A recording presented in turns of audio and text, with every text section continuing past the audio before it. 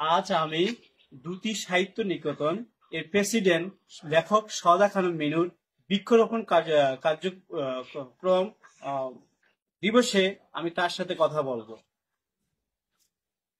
শ্রোতা বন্ধুরা, আজ 25শে জুন, 11ই আষাঢ়, 1432 বঙ্গাব্দ, 28শে জিলহজ, 1446 হিজরি, ঋতু পরিক্রমায় এখন বর্ষাকাল।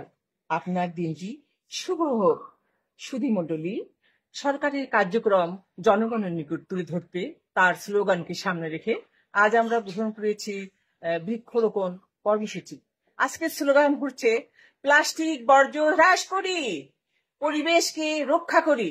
আসুন আমরা পরিবেশ রক্ষায় গাছ রোপণ করি, একটি করে ফলজ, বনজ ও ঔষধি গাছ রোপণ করি।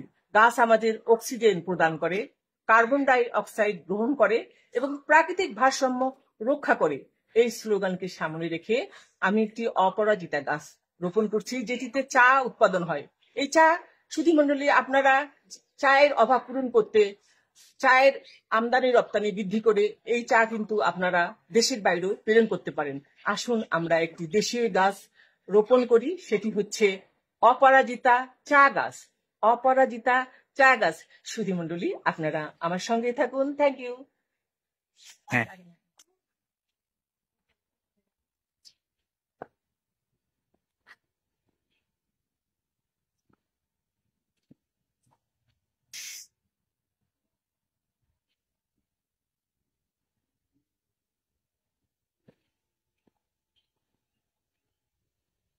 সুধীমণ্ডলী, গাছ আমাদের অক্সিজেন প্রদান করে এবং কার্বন ডাই অক্সাইড গ্রহণ করে, প্রাকৃতিক ভারসাম্য রক্ষা করে। এই স্লোগানকে সামনে রেখে প্লাস্টিক বর্জ্য হ্রাস করি, পরিবেশকে রক্ষা করি, এই স্লোগানকে সামনে রেখে আমরা আজ একটি বৃক্ষরোপণ করলাম।